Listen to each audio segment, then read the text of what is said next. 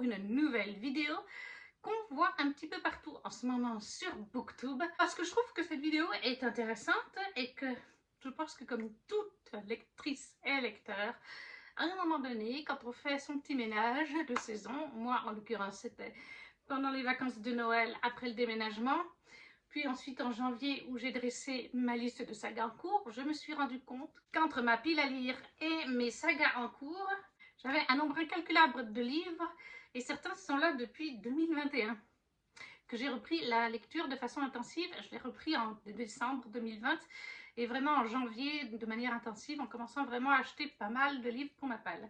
Donc ça fait, on est en février, le 15 février, donc ça fait plus de 3 ans que certains livres sont dans cette palle. Donc je me suis dit une petite vidéo pour se motiver et pour les sortir de sa palle parce qu'il faut avancer un petit peu tout ça. On va commencer tout de suite parce qu'il y a pas mal de livres. Et je commence avec une saga, Grisha, le tome 3 de Leigh Bardugo aux éditions Milan. Je lis à peu près un tome par année. Étant donné qu'il y en a 3, ça fait donc déjà plus de 2 ans que je suis dessus. Clairement, ça fait plus de 200. Je ne sais même pas si en 2023 j'ai lu un tome de Grisha. Je suis en train de me demander si le tome 2, je ne l'ai pas lu en 2022 pour le Greek Mythology Book Challenge de Kimi Collection, il me semble, ou alors pas loin. Mais 2023, je n'ai pas souvenir d'avoir lu de Leigh Bardugo. Donc, dans Grisha, on va suivre en fait Alina et son meilleur ami. On est dans un royaume complètement inventé et depuis de fantasy et depuis un certain temps, il y a The Fold qui sépare le royaume en deux. C'est une espèce de mer sombre, mais une mer de brume. Et dans cette brume, il y a des créatures néfastes, mauvaises, qui circulent. Et ça divise le royaume en deux. C'est The Darkling qui a mis ce fold il y a je ne sais plus combien d'années en arrière. Et personne n'arrive à le vaincre pour l'instant. On passe à l'intérieur avec des gens armés, informés et tout. Mais il y a toujours des pertes. Et en fait, dans ce royaume, il y a aussi des gens qu'on appelle les Grishas, qui ont des pouvoirs. Enfin, un pouvoir, chaque personne a son pouvoir, hein, ceux qui en ont. Par exemple, il y en a, ça va être d'utiliser la lumière, qui est un don très rare. Et en fait, Alina, notre jeune fille, elle avait été testée petite avec son meilleur ami. On lui avait perçu aucun pouvoir. Et en fait, c'est pas la vérité. Elle a bien un pouvoir, elle a le pouvoir de la lumière, qui est le pouvoir qui pourrait vaincre The Fold, si elle apprenait à l'utiliser. Et elle va être formée à l'école des Grishas. Elle va avoir un chef, un patron, voilà, en quelque sorte, un mentor. Elle va en faire des rencontres. C'est un univers sympathique, mais voilà, j'ai du mal avec Alina. Ça ne passe pas entre les mois. Du coup, j'ai du mal à m'attacher au personnage et à retourner dans l'univers. Pourtant, comme je vous dis, il n'est pas mauvais l'univers, mais c'est vraiment le personnage principal qui me bloque. Et dans les tomes 2, c'était pas mieux. Franchement, comment elle a traité un autre personnage, comment ils se sont traités mutuellement, mais surtout elle, m'a vraiment pas plu. Mais il faut que je finisse parce que je sais que pas mal de gens comme moi ont du mal avec Alina ou à rentrer dans cette base avec Grisha, mais ont préféré les spin-offs, parce qu'il y a des spin-offs avec d'autres personnages qui ont l'air aussi sympas. Donc voilà, Grisha. Franchement, je suis persuadée que le tome 1, je l'ai lu en 2021. Ça, j'en suis persuadée. Et donc, je suis à peu près sûre que j'ai rien lu en 2023 et que le tome 2, je l'ai lu en 2022. Parce qu'en fait, finalement, l'année 2023, j'ai l'impression qu'elle est passée à toute vitesse. Donc, Grisha, le tome 3 de Leigh Bardugo pour finir la trilogie de base chez Milan. Une relique de ma palle qui date de janvier 2021. Donc, au tout début que j'ai repris la lecture, Lady Helen, le tome 1 de Alison, voilà, Goodman, chez Gallimard Jeunesse, voilà. Ça, je me les suis mis dans ma palle et j'ai toujours très envie de le lire. Celui-là, en plus, c'est ça le pire. Grâce à Kimi Collection, je crois bien, puisque c'est en 2021 que j'ai mis dans ma palle, Kimi l'a lu à l'hiver 2020, décembre 2020 ou janvier 2021, ou à cheval entre les deux. Je sais qu'elle a adoré. Alors, je ne sais pas si elle a lu le tome 2 et le tome 3. Je sais que le tome 3, elle ne l'a pas lu. Je ne sais plus si elle a lu que le tome 1 ou si elle avait lu le tome 2. Mais elle en a encore parlé il y a quelques temps qu'elle avait beaucoup aimé ce tome 1. Et moi, il me fait toujours très envie. Mais il est toujours là. Allez savoir, c'est pas logique. Et là, je sais qu'on est dans une romance à la Jane Austen et fantasy noire. On va suivre une jeune femme dans les années 1812, Lady Helen Wrexhall, qui va faire son entrée dans le monde. Donc on mélange un petit peu, qui m'avait dit, on mélange un petit peu à côté Bridgerton, avec les ladies, leur entrée dans le monde à cette époque-là. Et puis les bals, hein, bien sûr, les beaux mariages, mais il y a une bonne qui disparaît de la maison. Des meurtres sanglants sont commis et Hélène fait la connaissance de Lord Carston, un homme à la réputation sulfureuse. Il appartient au club des mauvais jours, une police secrète chargée de combattre des démons qui ont infiltré toutes les couches de la société. Lady Hélène est dotée d'étranges pouvoirs, mais acceptera-t-elle de renoncer à une vie faite de privilèges et d'insouciance pour basculer dans un monde terrifiant? Voilà, et ça c'est une trilogie, et depuis 2021, il joue dans la palle. Donc, Lady Hélène, le tome 1 d'Alison Goodman, chez Gallimard, j'aimerais vraiment le sortir cette année. Ensuite, quelque chose de plus récent, que j'ai depuis 2022, Ruine, le tome 1 de Angel Arkin chez les éditions Plume Blanche. Oui, je crois que c'était 2022, parce que je l'avais eu dans une des Mystery Box 2022. Pour en fin 2021, il y avait Mystery Box Plume Blanche, il y avait le pack complet de l'année 2022. À l'époque, je n'avais pas les moyens de prendre le pack complet, donc j'avais pris 2 Mystery Box et j'avais eu ce tome 1. Et là, j'ai pris le pack 2023 et le 2024 cette année. Et en 2024, il y a le tome 2 qui sort. Donc ce serait peut-être temps qu'il traîne plus dans cette palle après 2 ans de sortir, puisque j'ai le tome 2 qui attend. Là, on est dans un royaume de fantasy aussi. La légende parle de Ruine, une épée d'une puissance incroyable qui ne pourrait être dénichée que par la réincarnation de son détenteur. Si les royaumes de Cairn et d'Erne surveillent l'évolution de la prophétie avec attention, la dangereuse reine de Cairn décide de provoquer le destin en envoyant son haut cerf sur les terres de son ennemi, quitte à causer sang et chaos sur son passage, afin de lui ramener l'enfant. L'élu qui sera brandir l'épée. Voilà. Donc, Ruine d'Angel Arkin, le tome 1 chez les éditions Plume Blanche, parce que j'ai déjà le tome 2 pour l'année 2024 et j'ai toujours pas lu le tome 1. Ensuite, un livre que je n'ai pas encore à ma disposition, il faudra que je l'achète puisque je les ai tous lus en physique. Du coup, je prends sur ma tablette Les Brumes de Cendre-Lune, le tome 3 de Georgia Caldera. Voilà, typiquement, une trilogie, comme Grisha, il ne me manque qu'un tome pour terminer cette trilogie. Et je ne sais plus quand j'ai lu le tome 2. Attendez, je vais tout de suite vous dire, j'ai les dates. Octobre 2022. Oui, voilà, c'est ce qui me semblait. J'ai dû le lire pour le Greek Mythology Book Challenge 2022, le tome 2. Donc ça fait plus d'1 an que je n'ai pas avancé cette saga, cette trilogie. Je m'en rappelle, hein, par contre. Dans Les Brumes de Cendre-Lune, on est dans un univers de fantasy, mais je pense qu'on s'inspire quand même de notre monde, mais dans le futur. C'est un peu un côté steampunk, puisqu'on a en fait des dieux, dont le chef des dieux suprêmes, le père fondateur, si on peut dire, qui est Orion.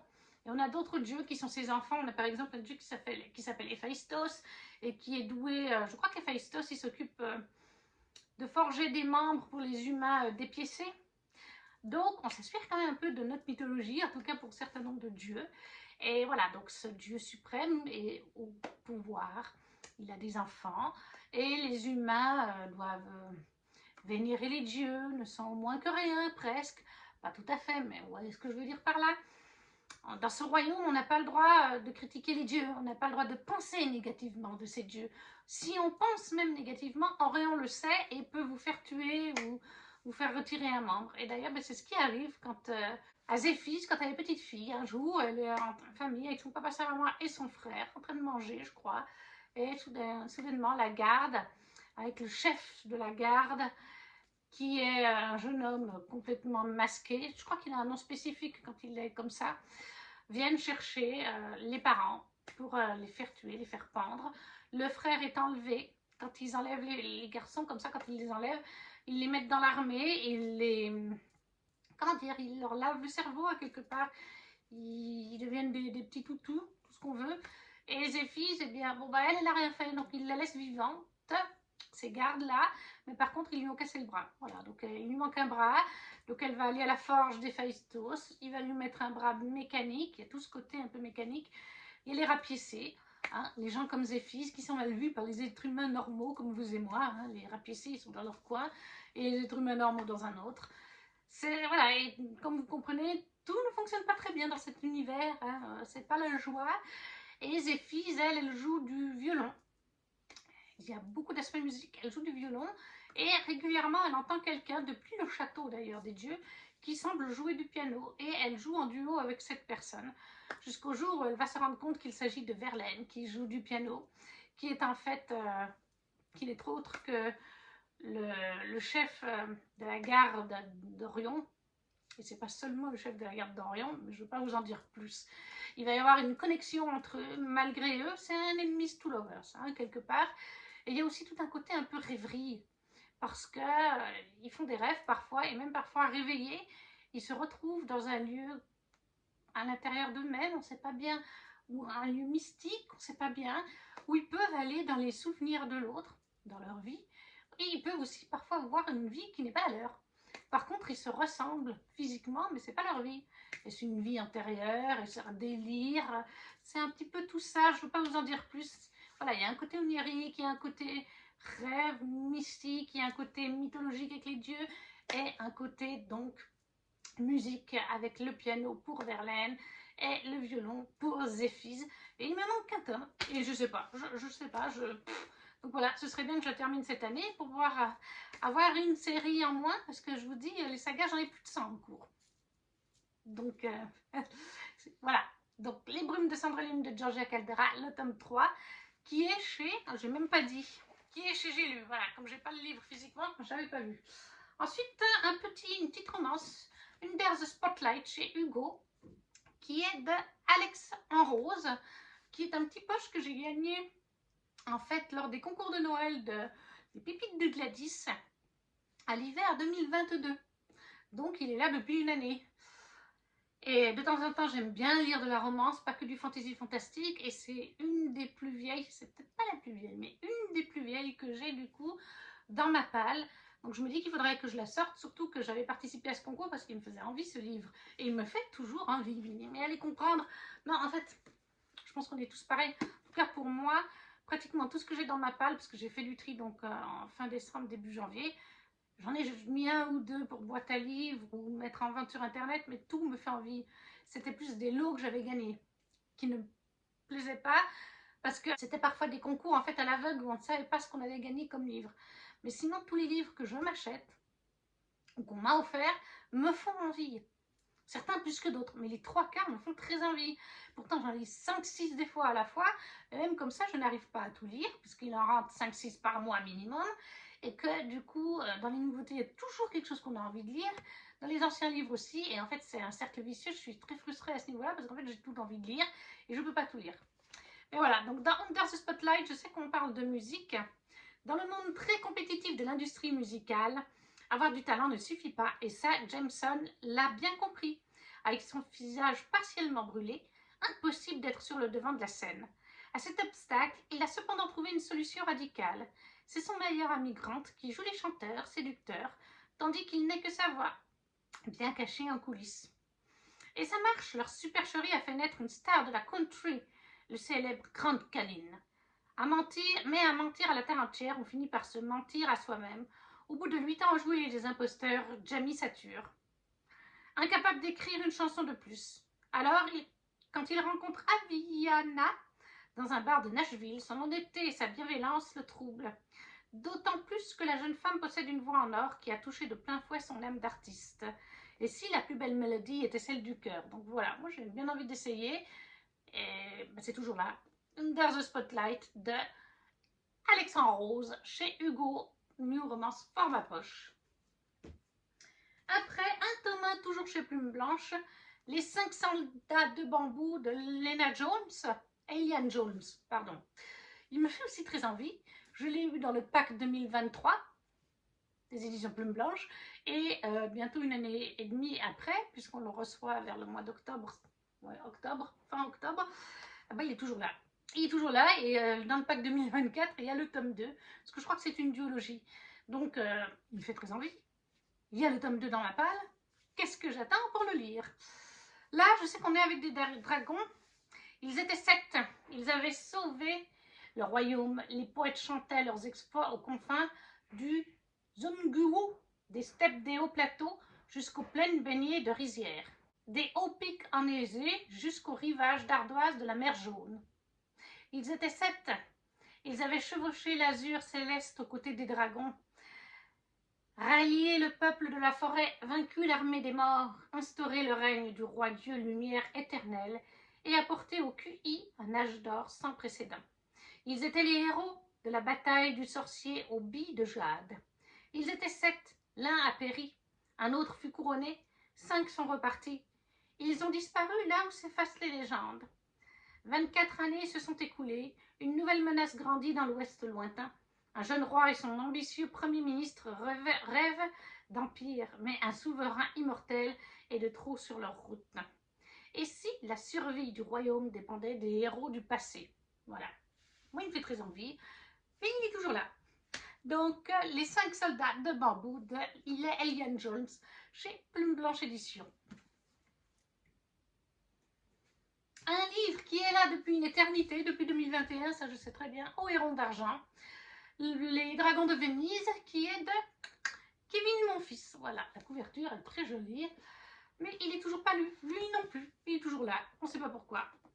Venise, 14e siècle, la cité des Doges rayonne dans sa gloire. L'alliance immémoriale de la ville italienne avec le peuple des dragons assure sa puissance. Arrimés aux galères de guerre, les reptiles ailés contribuent à l'expansion de l'empire vénitien sur les mers. La paix qui en résulte permet prospérité et bonheur à tous. Des sirènes batifolent dans les canaux de la Sérénissime, tandis que des licornes galopent dans ces ruelles splendides. Le lion de Saint-Marc fait sa sieste en écoutant un lutin jouer de la mandoline, à l'ombre des hauts dômes de la basilique. Mais les puissants sorciers de la cité de Gênes, la rivale de Venise, ourdissent un terrible complot. Alors que la ville en liesse se prépare à festoyer pour le carnaval, tout va basculer. Voilà. On a des dragons, on a des sirènes, on a des petits lutins. Et je ne sais pas, ça traîne toujours depuis 2021 dans ma palle.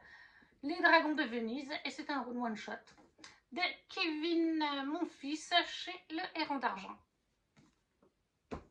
Ensuite, toujours une saga que je n'ai pas avancée depuis plus d'une année, ça c'est sûr. Parce qu'on a fait le tome 1 en LC sur le coin des LC, dont vous aurez le lien du Discord en barre d'infos. Shades of Magic, le tome 2, qui est Shades of Shadow de V.E. Schwab, chez Lumen. Alors ça par contre, je l'ai lu en e-book, c'est pour ça que vous aurez la petite miniature. Mais j'ai adoré le tome 1 et je n'avance pas la trilogie de base. Et en plus qu'en 2023 est sorti le tome 1 du spin-off. Donc voilà, c'est logique.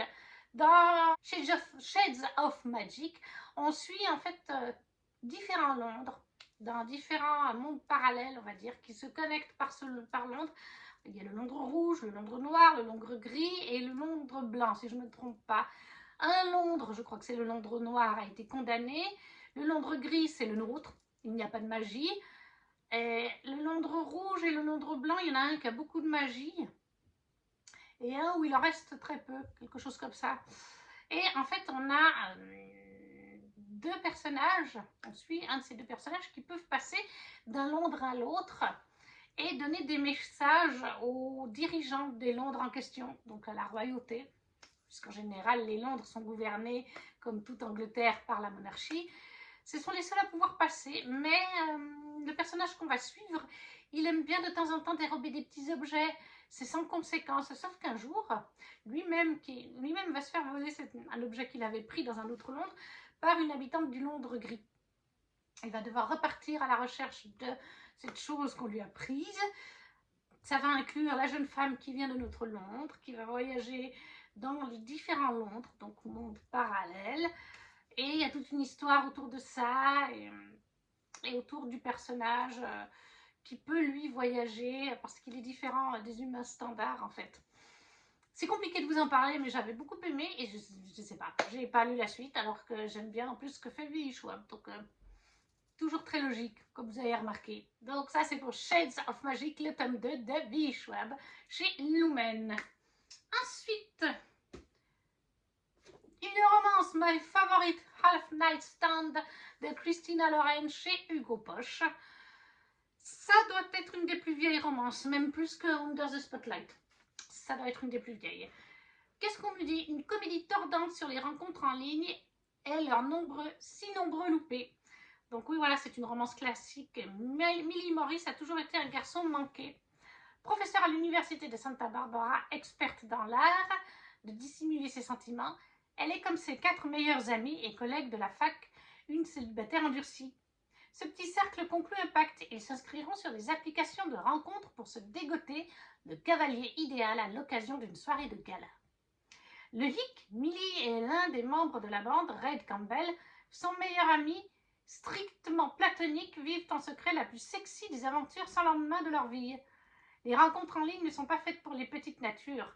Millie ne récoltant que des messages louches et des dick pics.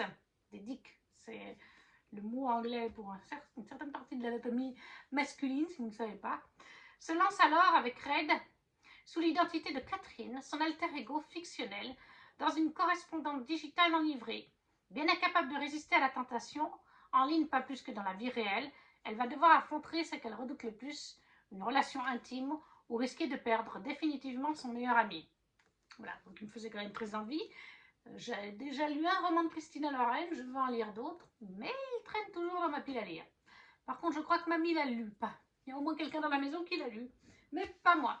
Donc, The Half Night Stand de Christina Loren chez Hugo Poche, en romance. Ensuite, il y a une trilogie que je pourrais finir, ça m'en ferait une autre de terminer, mais elle n'est toujours pas terminée.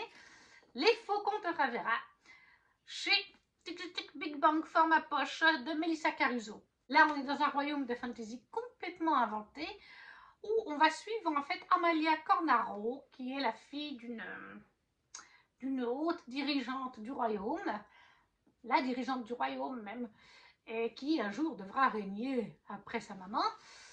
Et en fait, dans ce royaume, vous avez des faucons, et des fauconniers. Les faucons sont en fait des personnes douées d'une magie. Ça peut être une magie de feu, ça peut être une magie, je ne sais pas moi, de l'eau, une magie de vent, une magie, il y a plein de magies. Et ces gens-là sont les faucons, ils ont chacun un fauconnier, c'est-à-dire une personne légère, c'est-à-dire avec qui ils sont liés, et qui tout d'un coup, le fauconnier va dire un mot, et le faucon ne peut pas utiliser son pouvoir. Il reste coincé à l'intérieur de lui. Et un autre mot va permettre de libérer ce pouvoir, si le fauconnier estime qu'il en a besoin, ou s'il estime que son faucon est en capacité de l'utiliser, qu'il ne va pas avoir un trop plein et puis faire genre, dans le cas d'un pouvoir de feu, pouf, faire tout exploser. Et on va se retrouver en fait avec Zaira, qui est une jeune femme qui a le pouvoir de feu, qui est un pouvoir rare et puissant. Et elle va se retrouver, Zaira, dans le premier tome, à devoir se défendre pour sa vie et à utiliser son feu. Et comme par hasard, Amalia va passer à ce moment-là. Et il y aura un des fauconniers qui est dans le coin, un des gardes supérieurs, mais lui a déjà un faucon. On ne peut pas se lier à 2 faucons. Il n'y a qu'une personne qui peut prendre, parce que je crois que c'est un artefact qui leur permet de devenir fauconnier. C'est Amalia. Ben, elle est là, mais je ne peux pas, je suis la fille de la dirigeante, je ne peux pas. Mais on n'a pas le choix. Ou alors elle va faire exploser la moitié du quartier. Donc Amalia se retrouve liée à Zaira. Zaira qui est une adulte et qui avait donc triché pendant toutes ces années, puisque normalement les faucons sont décelés à l'enfance ou à l'adolescence, et Zaira est pleinement adulte. Donc au début, les deux jeunes femmes ne s'aiment pas du tout. On n'est pas du tout sur une romance entre elles, hein. Non, la romance principale, c'est Amalia et un garçon, mais c'est une romance d'amitié par contre, une romance, je ne sais pas comment on dit pour les femmes. Voilà, au début, elles ne s'apprécient pas, vous imaginez bien, et l'une et l'autre vont apprendre à se connaître au fil du récit. Il y a aussi un peu de LGBT grâce à Zaira, mais je ne veux pas en dire plus. On est sur beaucoup de complots politiques, il y a différents royaumes, il y a différents pouvoirs, donc c'est très sympa. J'aime beaucoup, je ne sais pas pourquoi, je n'ai toujours pas lu ce tome 3. Je n'ose pas regarder quand j'ai lu le tome 2. Je pense quand même que c'était en 2022. J'ai pas de mémoire de l'avoir lu en 2023, le tome 2. Donc, encore une fois, j'ai laissé passer une année, je ne cherchais pas... Voilà, alors qu'il me reste que ce tome 3. Les Faucons de Ravera de Melissa Caruso chez Big Bang. Ensuite, une romance historique. Les chroniques des Rocasby de Julia Quinn, les tomes 1 et 2. Et après, il y a encore les tomes 3 et 4. Première intégrale, on est en 1799. Comté du Kent, tout commence dans la résidence des Bridgerton, au Bray Hall, une génération avant la naissance du premier des 8 descendants d'Edmund et Violet Bridgerton. La demeure la plus proche, Craighouse, est le fief des Roseby, pardon. Moi j'ai dit, ah oui, des Roseby, c'est juste. Et de leurs 5 enfants, les 2 familles se fréquentent, leurs bambins jouent et grandissent ensemble. Sibylla, la sœur d'Edmund, véritable garçon manqué, sait bien qu'un jour elle épousera l'un des 4 fils Rokesby. Enfin, plus précisément un des 3 fils, car l'aîné George est un insupportable raseur. Or, le jour où Sibylla se blesse, George, seul témoin de l'accident, lui vient en aide. Et c'est ainsi qu'une facétie du destin va être à l'origine d'une saga familiale où les 2 lignées vont s'unir pour le meilleur. Oui, voilà, donc en fait, Sibylla, c'est la sœur d'Edmund. Donc c'est Sibylla Bridgerton qu'on va suivre. La petite sœur, donc la tante à quelque part des enfants Bridgerton. Il me faisait très envie. Il est là depuis sa sortie, hein, depuis qu'il est sorti, donc je ne sais plus de quand il date. Je ne sais plus. 2022 peut-être. Toujours pas lu. Donc, la chronique des Rokesby, tome 1 et 2, enfin intégrale 1 et 2 de Julia Quinn. Chez J'ai lu. Ouais, chez J'ai lu. Ça aussi, il faudrait que j'avance. Une duologie. Il me manque que ce 2e tome pour le terminer, qui est le cœur de fer de la duologie Le Palais des Automae de Nina Valera, chez De Saxus. J'avais très peur de me lancer dans cette duologie parce que on est dans un royaume, on ne sait pas si on est en fait sur notre planète, mais dans le futur. Moi, pour moi, c'est pas le cas, parce que d'après la carte, ça ne ressemble pas du tout à notre monde. Donc j'ai plutôt l'impression qu'on est dans un royaume fictif où en fait les êtres humains ont créé les automae, des robots sophistiqués qui sont fidèles à nous, qui sont pratiquement comme nous, hein. Il y a juste qu'ils ne mangent pas tout à fait comme nous. Je crois que je ne sais même pas si à l'heure actuelle ils ne mangent pas. Je crois qu'ils peuvent manger, mais ils n'en ont pas besoin, quelque chose comme ça. Et à un moment donné, vous imaginez bien, les robots ont dominé l'être humain et c'est maintenant les automae qui gouvernent le royaume, les royaumes même, et les humains sont en quelque... Oui, ils sont en bas de l'échelle, la plupart sont leurs esclaves. Et si on ne fait pas bien les choses, on peut en mourir, bien entendu. Et en fait, là, on va suivre une jeune femme qui est Ayla, qui a tout perdu, ses parents, son frère, à cause des automae. Et en fait, Ayla, elle fait partie des rebelles, elle veut se venger.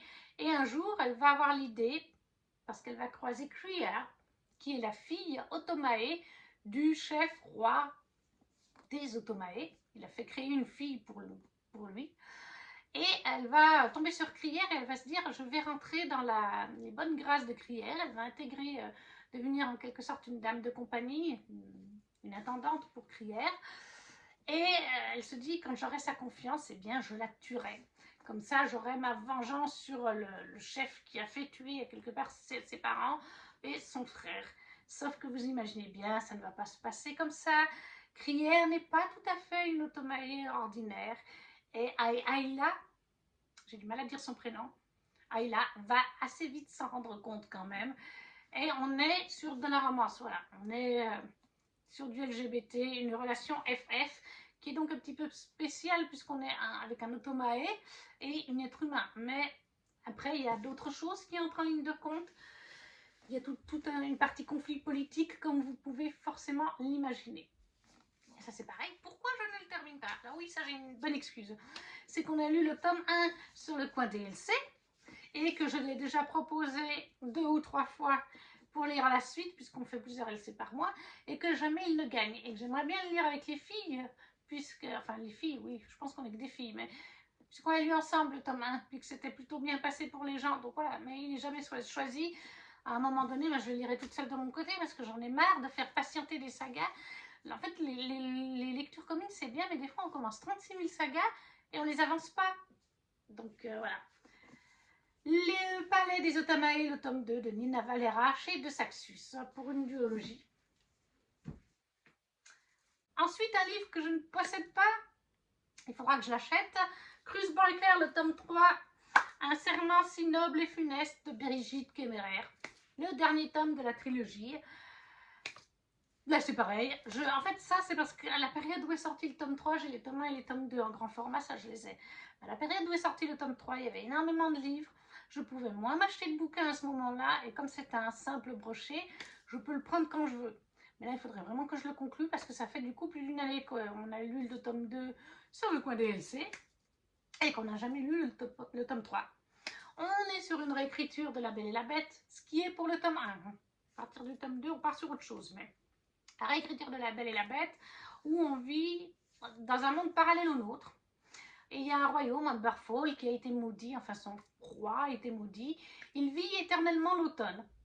Il vit l'automne, il redevient petit à petit au fil de l'automne une bête, et une fois qu'il a tué quelqu'un, l'automne recommence, une fois que l'automne est fini, et il redevient humain, et petit à petit au fil du temps qui va passer de l'automne, il redevient une bête.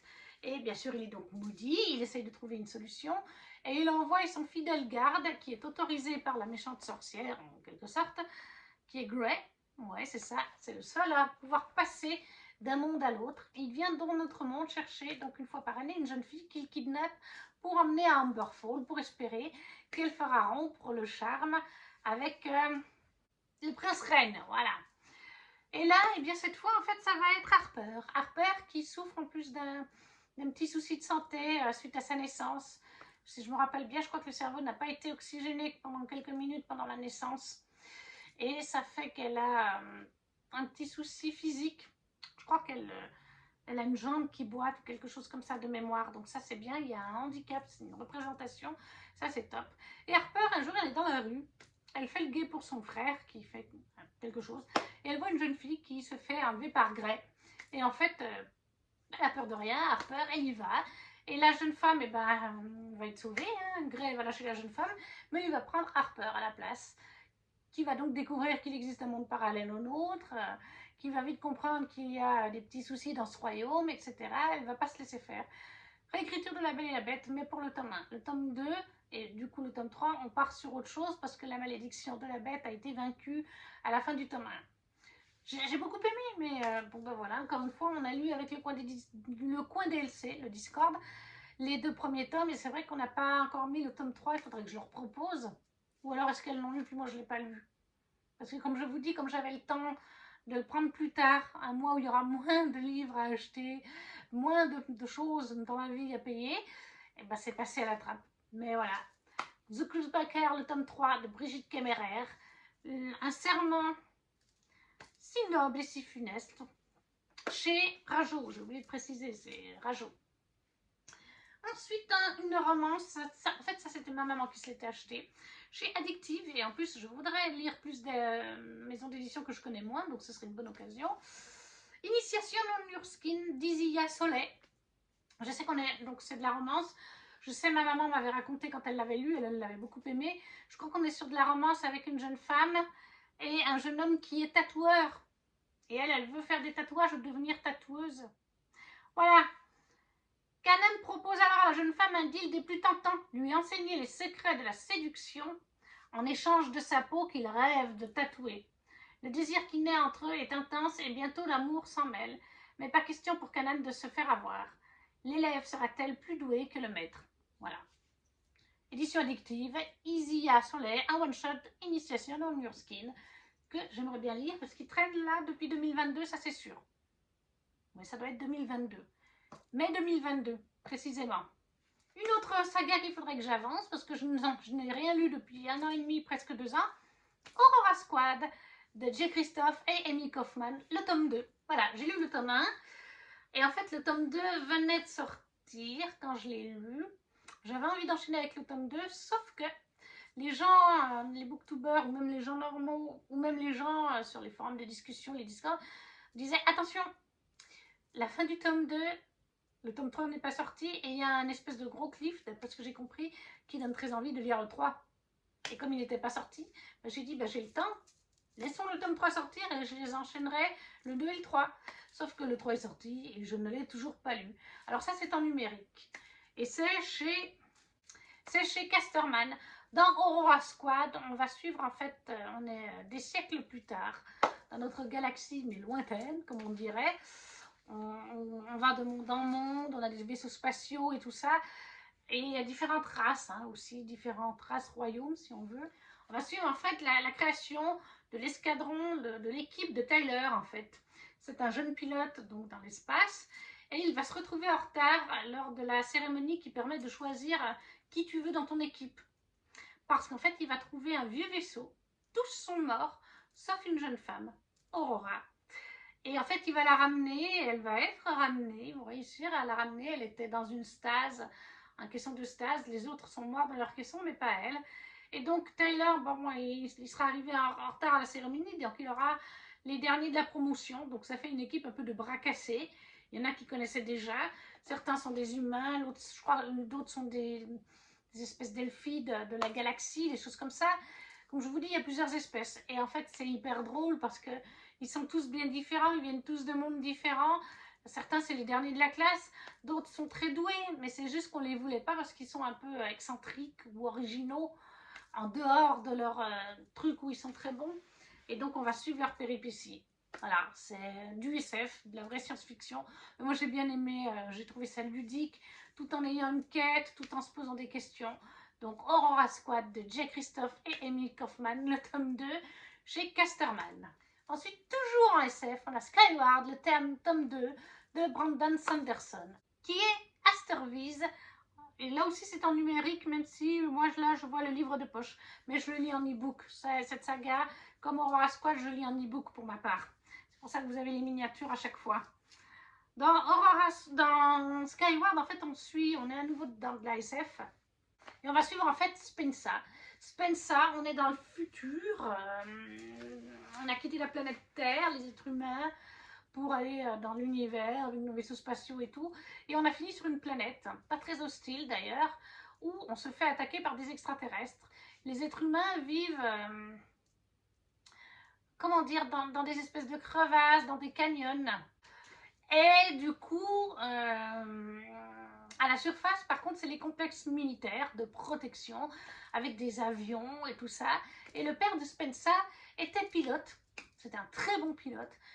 Et un jour, il a été appelé, il était pas loin de la surface avec sa fille, il regardait des choses, il discutait. Il a été appelé pour une urgence parce qu'ils étaient envahis à nouveau par les extraterrestres qui viennent mitrailler la surface et tout.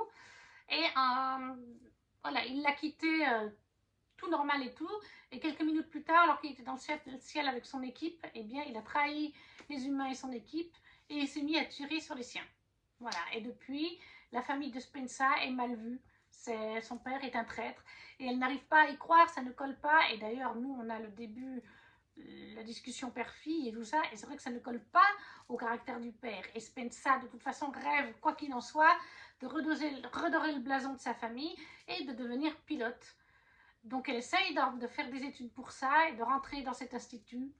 Elle va y arriver et elle va enquêter tout en essayant de se faire des amis, tout en essayant de faire des alliances, tout en essayant de devenir la meilleure pilote, puisque comme je vous dis, elle veut redorer le blason familial.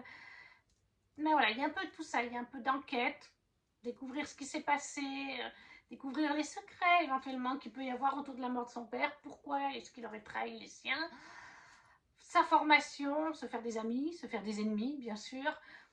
J'ai beaucoup aimé cette SF. Alors, c'est vrai qu'on est pas mal basé, il y a pas mal de scènes sur l'apprentissage des avions. Ça se fait beaucoup numériquement. Hein, ils mettent un casque, et puis ils doivent faire des similitudes. Ils sont assis dans un cockpit, mais un faux avion, et ils doivent former des rangées, des machins. Tel compatriote doit protéger à droite, à gauche, faire des formations en V, en machin.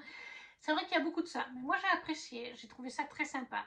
Donc j'ai très envie de lire ce T2 de Skyward de Brandon Sanderson chez le livre de poche, mais en format e-book. Un autre livre qu'il faudrait en fait que je continue, que j'avais commencé en 2017. Ça, De Maléchat de Bernard Werber chez Albin Michel. Parce qu'en fait, à l'époque, ma maman était à fond dans Bernard Werber. Elle lisait tous les livres qui sortaient et qui étaient sortis. Et moi, à cette époque-là, je m'étais cassé l'épaule à cheval. Je ne pouvais pas dormir, j'avais un lit à mezzanine. J'avais interdiction pendant pratiquement 4 mois, 5 même, d'aller dans mon lit à mezzanine. J'ai été opérée et tout, donc j'étais forcée de dormir avec ma maman. Et elle-même avait fait une chute à la même période dans nos escaliers et avait des douleurs à l'épaule. Et donc en fait, on passait notre temps à lire ou à regarder la télé au lit. Et elle m'avait donné ce roman qui me donnait envie. Je l'ai lu à moitié, elle l'avait fini. Ma maman et moi, on parlait souvent des romans qu'on lisait. Mais là, elle m'a spoilé en fait la deuxième partie du roman. Et en fait, ça m'a fait un peu froid dans le dos. J'aimais pas la tournure que prenait le roman. C'était un peu space en fait. Mais il faudrait que... Et puis, voilà, j'aime bien me spoiler. Mais j'aime pas qu'on me spoil, vous voyez. Si je vous dis oui, tu peux me spoiler, il n'y a pas de souci. Mais si je dis non, Et là, en l'occurrence, ma maman, elle m'en a trop dit. Il aurait fallu qu'elle dose, chose qu'elle ne savait pas trop faire. C'était soit elle disait tout, soit elle disait rien. Et du coup, c'est vrai que ça m'a un peu fait un blocus, mais il faudrait que je le finisse. Parce que, franchement... Un autre livre, alors je le trouve pas en fait, Demain les chats de Bernard Werber. Je sais que je l'ai, mais je sais pas où il est. Un autre livre que je veux lire en e-book, et là ça va être fait pour le Romantasy Challenge de Nina de toute façon, c'est La Passe Miroir, le tome 2 de Christelle Dabos. Je crois qu'on est en fait dans notre monde, mais dans le futur où tout a été fragmenté en des espèces d'îlots flottants. En tout cas, ça c'est sûr, c'est différents îlots flottants, ça fait des pays flottants ou des villes flottantes. Et on va suivre en fait Ophélie, hein. Oui, Ophélie, c'est ça, qui est une jeune femme, tout ce qu'il y a d'ordinaire, mais qui a un pouvoir. Je me rappelle plus précisément, je crois que c'est lié au miroir, le pouvoir d'Ophélie. Et en fait, Ophélie, c'est une jeune fille célibataire, et puis un jour, sa famille va lui dire « Coucou, on t'a trouvé un fiancé, Thorne, qui vient d'une autre île flottante. » Et Ophélie, elle n'a pas envie d'aller avec Thorne, surtout que quand elle va le rencontrer, Thorne est un peu froid, façade froide, froid, tout ce qu'on veut. Il vient d'ailleurs d'une île de froid, mais elle n'a pas vraiment le choix. Je crois qu'à la fin du tome 1, ils ne sont pas mariés, mais ils commencent un petit peu à apprendre à se connaître. Il n'y a pas encore vraiment une vraie romance, mais je pense qu'on commence à sentir un attachement à Thorne. Il y a un petit peu des conflits politiques aussi. Ophélie est un peu en danger, hein, parfois. Il y a des gens qui ne lui veulent pas du bien, Ophélie. Elle ne sait pas trop pourquoi. Elle n'a rien fait, elle débarque et tout le monde n'est pas sympathique avec elle. Mais elle mène ses petites enquêtes et il faudrait que je continue cette saga parce que c'est quand même un classique de littérature française. Beaucoup de monde aime, mais j'avoue que je fais partie des gens où ça n'a pas transcendé pour moi le tome 1. Alors heureusement, je sais qu'il y a d'autres personnes, je crois que c'est Johanna de la Citadelle de mes lectures, mais je ne suis pas sûre, qui a aimé mais sans plus. Il me semble que c'est elle. Ça me rassure. Je sais qu'il y a d'autres booktubers en tout cas qui ont apprécié mais sans plus. Comme moi, j'ai apprécié, j'ai envie de connaître la suite, mais c'est pas prioritaire. Et donc ça fait plus de 2 ans que j'ai lu le tome 1. Donc ce serait bien que je continue. Donc La Passe Miroir de Christelle Dabos. Et ça, je crois que c'est chez Gallimard. Oui, voilà, c'est Gallimard. Mais là, moi, je continue en e-book.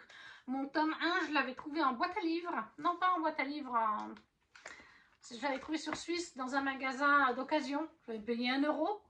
Donc vraiment, c'était top. Mais je n'arrive pas à trouver la suite d'occasion.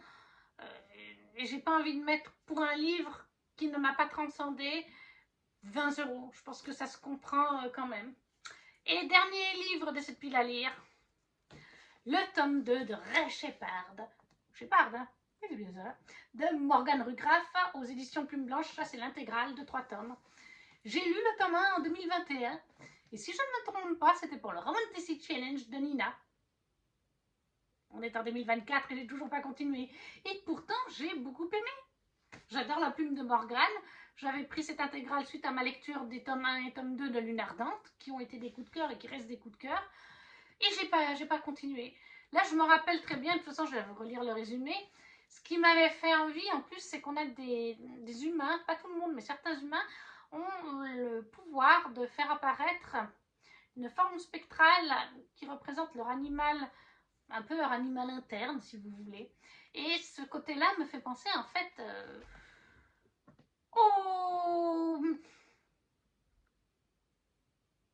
la boussole d'or, d'Irabel Aqua, les diamonds. Ça y est, j'ai un blanc. La boussole d'or, c'est Compas.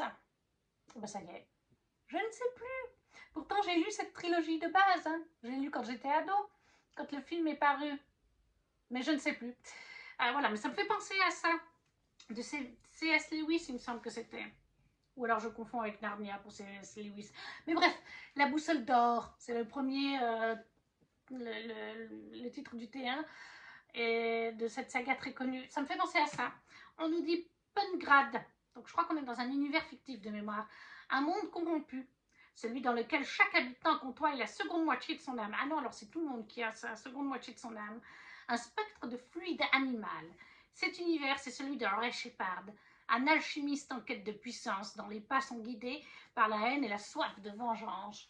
Je me rappelle que Ray Shepard est le chef d'une bande, c'est un ado ou jeune adulte qui fait des études en tout cas, et c'est le chef d'une bande. Il y a plusieurs bandes dans la ville qui ont des quartiers chacun et ils se retrouvent régulièrement pour faire des combats entre leur animal, leur fluide animal en fait. Et ils gagnent des territoires, des combats, des choses comme ça. Mais il n'y a pas que ça, il y a toute cette histoire de vengeance. On suit plusieurs personnages, mais le principal c'est le Shepard. Je me rappelle quand même, grosso modo, il me semble qu'il y a une trahison, il y a une pseudo-romance. Je ne sais pas s'il faudrait que je reprenne à zéro, à moins que je trouve un résumé spoilant, ou si je continue avec le tome 2 puis que ça me revient. Parce que j'ai quand même certaines choses qui me reviennent en tête, hein, mais pas tout. Mais voilà, pour mes livres physiques, après il y a des mentions que je peux faire. Percy Jackson de Rick Riordan, j'ai commencé en 2021 et il me reste encore le tome 5. Je lis à peu près un tome par année. Donc voilà. J'ai après d'ailleurs la saga qui suit après, les Héros de l'Olympe je crois. Je l'ai au complet. Donc ce serait peut-être temps. J'ai le premier tome de la saga, je crois que c'est Apollon. Et puis je sais que Rick Riordan en fait une sur l'Égypte et une sur la mythologie nordique. Donc ce serait temps que je me bouge le popotin sur Rick Riordan. Et il y a aussi Gardien des cités perdues de Shannon Messenger, je crois. Je ne vais pas vous dire de bêtises. Je ne l'ai pas mis sur ma tablette, mais ça c'est juste une mention, vous voyez. Ça aussi, il faudrait que j'avance. J'ai lu les 3 premiers tomes et il y en a 9 ou 10, quelque chose comme ça. Pareil, j'ai commencé en 2021. Il faudrait que je me remue le popotin parce que ça s'entasse dans les sagas en cours en fait. Mais voilà, pour cette vidéo qui est du coup assez longue, j'ai une quantité astronomique de livres à côté de moi, plus les e-books dont je vous ai fait mention. Je vais essayer de poser tout ça en même temps que je vous parle. N'hésitez pas donc à me dire en commentaire si vous avez lu certains de ces romans, si ils vous font envie, ce que vous en avez pensé, si vous les avez lus. Aussi, ça peut m'aider peut-être à les faire sortir. La pile à lire est bientôt aussi haute que moi. À les faire sortir de ma pile à lire, c'est le cas de le dire. Si vous ne savez pas quoi mettre, vous laissez un petit emoji comme d'habitude. Et n'hésitez pas non plus à la partager, à laisser un petit pouce pour dire que vous avez aimé, pour soutenir la chaîne. Et nous, on se retrouve très vite pour une prochaine vidéo. Ciao, ciao!